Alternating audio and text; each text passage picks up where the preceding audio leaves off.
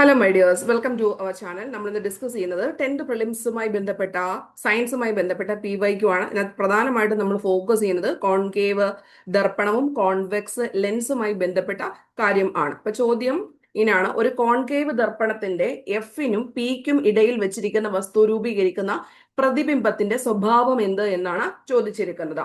അപ്പൊ ഇവിടെ നമുക്ക് പഠിച്ചു വെച്ചിരിക്കുന്നത് ക്വസ്റ്റ്യൻ നമ്മൾ നോക്കിയിട്ടുമ്പോൾ നോക്കണം, കോൺകേവ് ദർപ്പണമാണോ ലെൻസ് ആണോ എന്ന് നോക്കണം. അപ്പൊ കോൺകേവ് ദർപ്പണത്തിന്റെ എഫിനും പിക്കും ഇടയിൽ വെച്ചിരിക്കുന്ന വസ്തു രൂപീകരിക്കുന്ന പ്രതിബിംബത്തിന്റെ സ്വഭാവം എപ്പോഴും എന്തായിരിക്കും? വസ്തുവിനേക്കാൾ വലുതായിരിക്കും. ഈ കോൺകേവ് ദർപ്പണം എന്ന് പറയുന്ന സംഭവം ഈ ദന്ത ഡോക്ടർമാരുടെ കയ്യിലും നമ്മൾ ഷേവിംഗ് മിററായിട്ടും ഒക്കെ യൂസ് ചെയ്യുന്ന സംഭവമാണ്. സോ വസ്തുവിനേക്കാൾ വലുതായിരിക്കും അവിടുത്തെ എന്തെന്ന് പറഞ്ഞിരിക്കുന്നത്, പിന്നെ ഉണ്ടാകുന്ന ഇമേജ് എന്ന് പറഞ്ഞിരിക്കുന്നത്. ഇനി അത് കൂടാതെ പ്രതിബിംബത്തിന്റെ സ്വഭാവം എന്തായിരിക്കും? മിഥ്യ ആയിരിക്കും. കൂടാതെ എന്തും ആയിരിക്കും? നിവർന്നതും ആയിരിക്കും. എന്താണ്? നിവർന്നതും ആയിരിക്കും. അപ്പൊ നമുക്ക് ഡീറ്റെയിൽഡ് ആയിട്ട് നോക്കാം എന്തൊക്കെയാണ് എന്നിട്ടുള്ള കാര്യങ്ങൾ. ഓക്കെ, എല്ലാവർക്കും നമ്മുടെ വീഡിയോയിലേക്ക് സ്വാഗതം. പുതുതായിട്ട് കാണുന്നവരുണ്ട് എങ്കിൽ എൻ്റെ പേര് സിജി ബിജു എന്നാണ്. നമ്മുടെ ചാനൽ ആദ്യമായിട്ട് കാണുവാണ്, നിങ്ങൾക്ക് ഇഷ്ടപ്പെടുവാന്ന് ഉപകാരപ്പെടുവാന്ന് തോന്നുവാണെങ്കിൽ തീർച്ചയായിട്ടും സബ്സ്ക്രൈബ് ചെയ്യുന്ന കാര്യം പരിഗണിക്കാം. അപ്പം സമതല ദർപ്പണം, അപ്പൊ നമ്മൾ മിറേഴ്സ് നമ്മൾ പറയുന്ന ടൈമിൽ കോൺകേവ് മിറർ ഉണ്ട്, കോൺവെക്സ് മിറർ ഉണ്ട്, അതുപോലെ തന്നെ പ്ലെയിൻ മിറർ ഉണ്ട്. ഓരോന്നും നമുക്ക് ഡീറ്റെയിൽഡ് ആയിട്ട് അതിന്റെ കണ്ടീഷൻസ് എന്തൊക്കെയാണ് അല്ലെങ്കിൽ സ്പെസിഫിക്കേഷൻസ് എന്തൊക്കെയാണ് എന്നിട്ടുള്ള കാര്യങ്ങൾ നോക്കാവുന്നതാണ്. ഓക്കെ, നന്നായിട്ട് ശ്രദ്ധിക്കണം കേട്ടോ. അപ്പൊ നോക്കാം. അതായത് ദർപ്പണത്തിൽ നിന്ന്, അതായത് നമുക്ക് ഇവിടെ ഒരു ദർപ്പണം ഉണ്ട്, കണ്ണാടി ഉണ്ട്. അപ്പൊ ഇവിടാണ് നമ്മൾ നിൽക്കുന്നതെന്ന് വിചാരിക്കോ. അപ്പൊ ഇവിടെ നിന്ന് എത്ര ഡിസ്റ്റൻസ് ആണോ വരുന്നത് അത്രയും ഡിസ്റ്റൻസ് തന്നെ ആയിരിക്കും ആ ഇമേജിനകത്ത് അല്ലെങ്കിൽ ആ മിററിനകത്ത് കാണിക്കുന്ന സംഭവം എന്ന് പറയുന്നത്. അപ്പൊ അതായത് ദർപ്പണത്തിൽ നിന്ന് വസ്തുവിലേക്കുള്ള അകലവും പ്രതിബിംബത്തിലേക്കുള്ള അകലവും എന്തായിരിക്കും? തുല്യമായിരിക്കും. അതായത് നമ്മളൊരു പ്ലെയിൻ മിററിൽ, അതായത് നമ്മൾ മുഖം നോക്കുന്ന കണ്ണാടിയിൽ നമ്മൾ എത്രമാത്രം ഡിസ്റ്റൻസിലാണോ നിൽക്കുന്നത് അത്രയും മാത്രം ഡിസ്റ്റൻസ് തന്നെ ആയിരിക്കും അതിന്റെ ഇമേജും കാണിക്കുന്നത് എന്ന് ചുരുക്കം. ഇനി ഉണ്ടാകുന്ന പ്രതിബിംബം എന്തായിരിക്കും?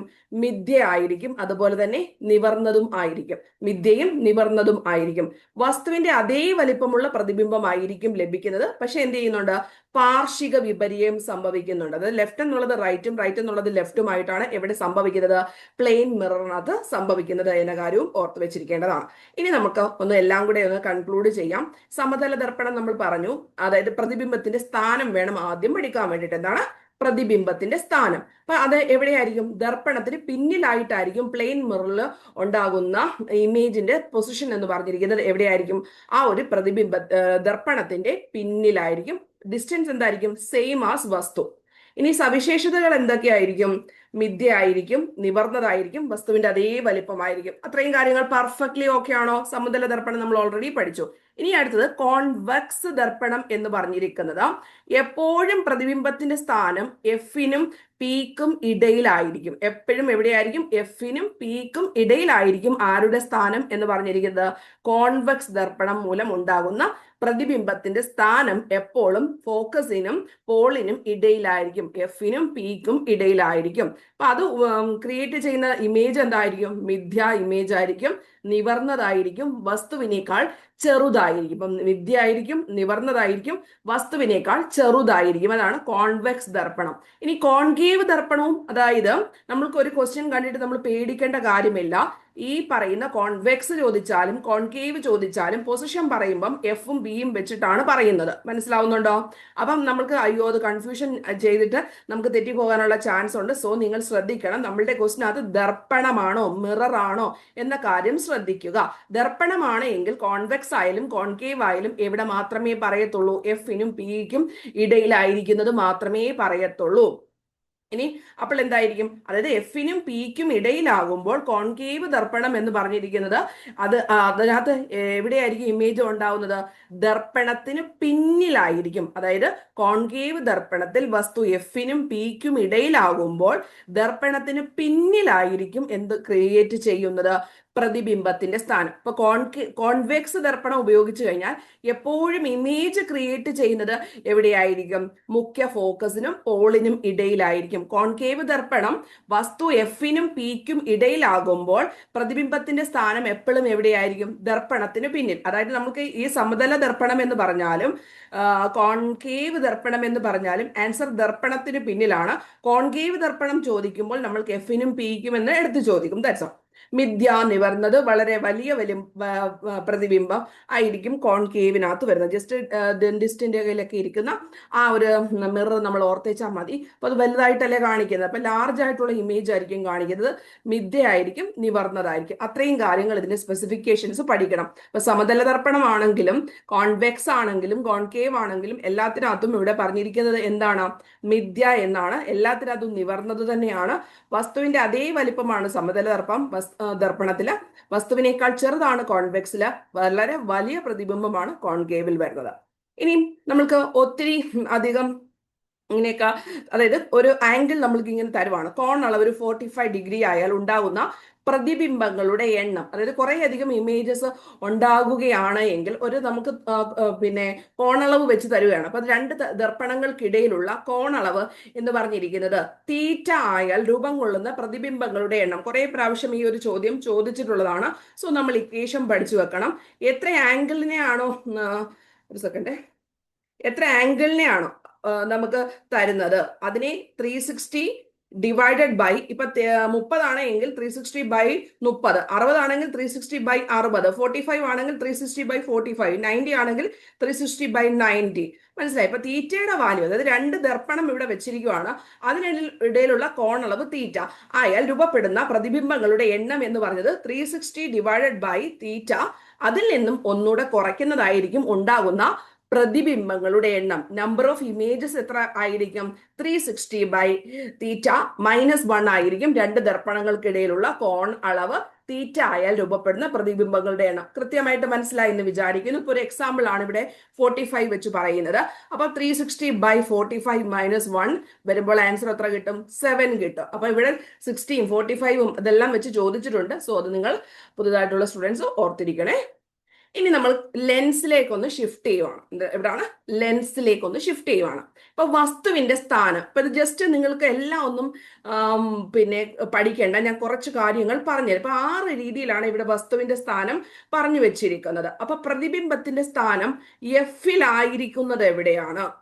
അതായത് വസ്തു നമ്മൾ ഒരു ഇൻഫിനിറ്റിയിൽ കൊണ്ടുവച്ചിരിക്കുകയാണ്. വിദൂരതയിലാണ് ഒരു വസ്തുവിനെ വെച്ച് നമ്മൾ അത് കോൺവെക്സ് ലെൻസിൽ കൂടിയിട്ടാണ് വീക്ഷിക്കുന്നത് എങ്കിൽ പ്രതിബിംബം ഉണ്ടാകുന്നത് എവിടെയായിരിക്കും? ആ എഫിലായിരിക്കും ഉണ്ടാകുന്നത്. പ്രതിബിംബം യഥാർത്ഥമാണോ? ആണ്. അപ്പൊ നിങ്ങൾ ഒരു കാര്യം ഒന്ന് ശ്രദ്ധിച്ചേ. ഈ പറഞ്ഞിരിക്കുന്ന റിയൽ ആയിട്ടുള്ള ഇമേജസ് ഉണ്ടാവുന്നത് 5 കണ്ടീഷനിലും റിയൽ ആണ്. അപ്പൊ നമുക്ക് ഇല്ലാത്തതൊന്നും നമുക്ക് പഠിച്ചാൽ പോരെ. അതായത് കോൺവെക്സ് ലെൻസിൽ കൂടിയിട്ട്, കോൺവെക്സ് ലെൻസിൽ ഒരു വസ്തു എഫിനും ലെൻസിനും ഇടയിൽ വെക്കുന്നതൊഴിച്ച് ബാക്കി രൂപപ്പെടുന്ന പ്രതിബിംബങ്ങളെല്ലാം എന്തു തന്നെയാണ്? റിയൽ ആണ് എന്ന കാര്യം ഓർത്തു വെച്ചേക്കുക. മനസ്സിലാവുന്നുണ്ടോ? അങ്ങനെയുള്ള ചെറിയ ചെറിയ കാര്യങ്ങളൊന്ന് പഠിച്ചു വെച്ചിരിക്കുക. എല്ലാം കൂടെ പഠിക്കുന്നത് ചിലപ്പോൾ കൺഫ്യൂഷൻ ആയിരിക്കും. സോ ഇത് നമ്മൾ എന്താണ്? കോൺവെക്സ് ലെൻസ് ആണ് പറഞ്ഞിരിക്കുന്നത്. എഫിനും ലെൻസിനും ഇടയിലുള്ളതാണ് എങ്കിൽ മാത്രമാണ് നമുക്ക് മിഥ്യയായിട്ട് വരുന്നത്. ബാക്കി ക്രിയേറ്റഡ് ആവുന്ന, അത് വിദൂരതയിലായിക്കോട്ടെ, 2F ആയിക്കോട്ടെ, 2F ൽ 2F-നും ഇടയിലായിക്കോട്ടെ, F-ലായിക്കോട്ടെ, ഇവിടെ എല്ലാം ആൻസർ എന്തു തന്നെയാണ്? യഥാർത്ഥമായിട്ടുള്ള ഇമേജസ് ആയിരിക്കും ഉണ്ടാകുന്നത്. ഇനി ബാക്കി നോക്കിക്കേ, തലകീഴായതെല്ലാം കണ്ടോ? അതായത് എഫിനും ലെൻസിനും ഇടയിലുള്ളത് മാത്രമേ ഉള്ളൂ ഏത് കിട്ടുന്നത്? നിവർന്നത് ഉള്ളത് കിട്ടുന്നത്. ബാക്കിയുള്ളതെല്ലാം എന്തു തന്നെയാണ്? ഇൻവേർട്ടഡ് ആണ്. ഓക്കെ, ക്ലിയർ ആണോ? ഇനി നമ്മൾക്ക് വലിപ്പവും ചെറുപ്പവും കൂടെ കറക്റ്റ് ആയിട്ട് പഠിച്ചു വെക്കണം. അതായത് പിന്നെ ഇൻഫിനിറ്റിയിലാണ് വസ്തുവിന്റെ സ്ഥാനമെങ്കിൽ ഉണ്ടാകുന്ന ഇമേജ് എന്ന് പറഞ്ഞിരിക്കുന്നത് എന്തായിരിക്കും? നമ്മൾ ദൂരെ നിൽക്കുന്ന ഒരു വസ്തുവിനെ നമ്മൾ വളരെ ചെറുതായിട്ടല്ല കാണാൻ പറ്റത്തുള്ളൂ. അപ്പൊ അത് എത്ര ലെൻസ് വെച്ചിട്ടായാലും. അപ്പൊ നോക്കണം, കോൺവെക്സ് ലെൻസ് നോക്കിക്കഴിഞ്ഞാൽ വിദൂരതയിലുള്ള ഒരു വസ്തുവിനെ വളരെ ചെറുതായിട്ടാണ് കാണുന്നത്.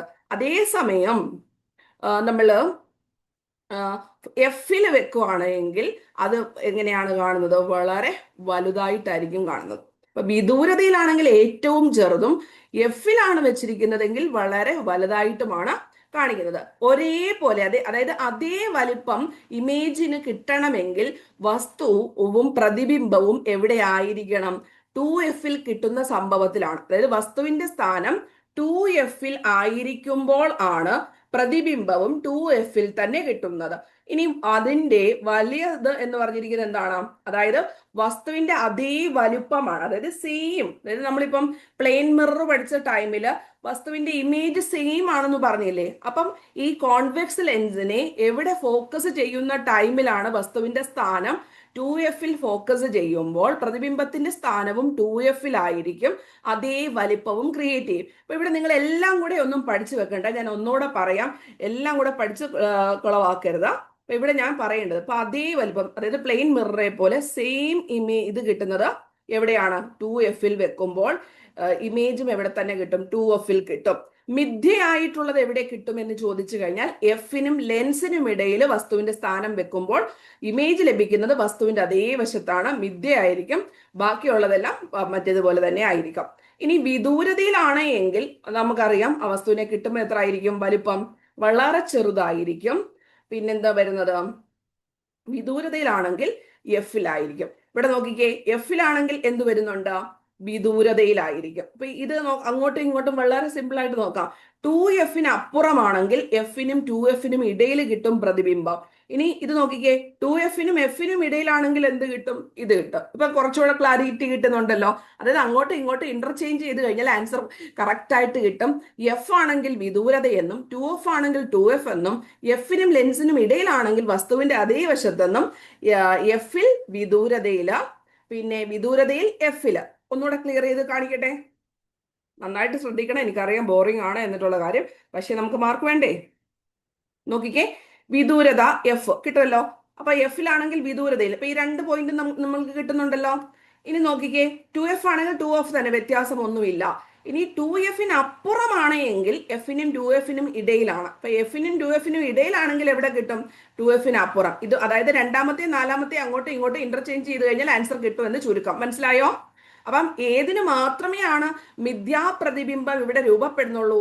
എഫിനും ലെൻസിനും ഇടയിൽ വെക്കുമ്പോൾ മാത്രമേ മിഥ്യാപ്രതിബിംബം രൂപപ്പെടുന്നുള്ളൂ. നിവർന്നതും, മിഥ്യയും നിവർന്നതും വലുതുമായിട്ടുള്ള കാര്യം, അതായത് നമ്മളിപ്പം കോൺകേവ് മിററിന് പഠിച്ച മിഥ്യ, നിവർന്നത്, വലുത് എന്ന് പറഞ്ഞിട്ടുണ്ടല്ലോ. അതെല്ലാം കോൺവെക്സ് ലെൻസിന്റെ എവിടെ വെക്കുമ്പോഴാണ് ലഭിക്കുന്നത്? എഫിനും ലെൻസിനും ഇടയിൽ വെക്കുമ്പോൾ. മനസ്സിലായോ? അതായത് എഫിനും ലെൻസിനും ഇടയിൽ വെക്കുമ്പോഴാണ് കോൺവെക്സ് ലെൻസിനകത്ത് എന്ത് ലഭിക്കുന്നത്?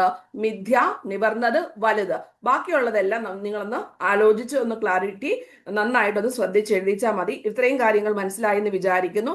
പിന്നെ ആദ്യത്തെ 2 കേസിനകത്ത് വളരെ ചെറുതാണ്. ബാക്കിയുള്ളതെല്ലാം എന്ത് തന്നെ ആണ് വന്നിരിക്കുന്നത്?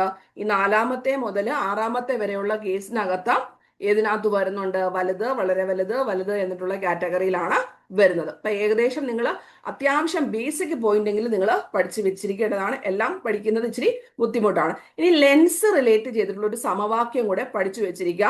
1/f = 1/v - 1/u എന്ന് പറയുന്നത്. 1/v - 1/u ഏതെങ്കിലും ഒന്ന് പഠിച്ചു വെക്കണം. ഇതുപോലെ തന്നെ ദർപ്പണത്തിൻ്റെതും ഉണ്ട്, അത് നമുക്ക് വേറൊരു ക്ലാസ്സിൽ നോക്കാവുന്നത് ആണ്. എല്ലാം കൂടെ പറഞ്ഞു തരുമ്പോൾ കൺഫ്യൂഷൻ ആവും. അപ്പം നമുക്ക് ഡിഗ്രി മെയിൻസുമായി ബന്ധപ്പെട്ട പുതിയ ഒരു ബാച്ച് റണ്ണിങ് ആണ്. ഡെയിലി 4 ലൈവ് സെഷൻസ് ആയിരിക്കും വരുന്നത്. പിന്നെ ഫോക്കസ് ഏരിയ സെപ്പറേറ്റ് ആയിട്ട് ഡിഗ്രി ലെവൽസിന്റെ മാത്രം വേണ്ടവർക്ക് 799 മാത്രമേ ഉള്ളൂ അതിന്റെ പ്രൈസ് എന്ന് പറഞ്ഞിരിക്കുന്നത്. ഇനി ഈ ഒരു കോഴ്സിനകത്ത് നിങ്ങൾക്ക് സ്പെഷ്യൽ യൂണിവേഴ്സിറ്റി അസിസ്റ്റന്റുമായി ബന്ധപ്പെട്ട് സ്പെഷ്യൽ ടോപ്പിക്സ് അവൈലബിൾ ആയിരിക്കും. മാത്സ്, ഇംഗ്ലീഷ്, മലയാളം അവൈലബിൾ ആയിരിക്കും.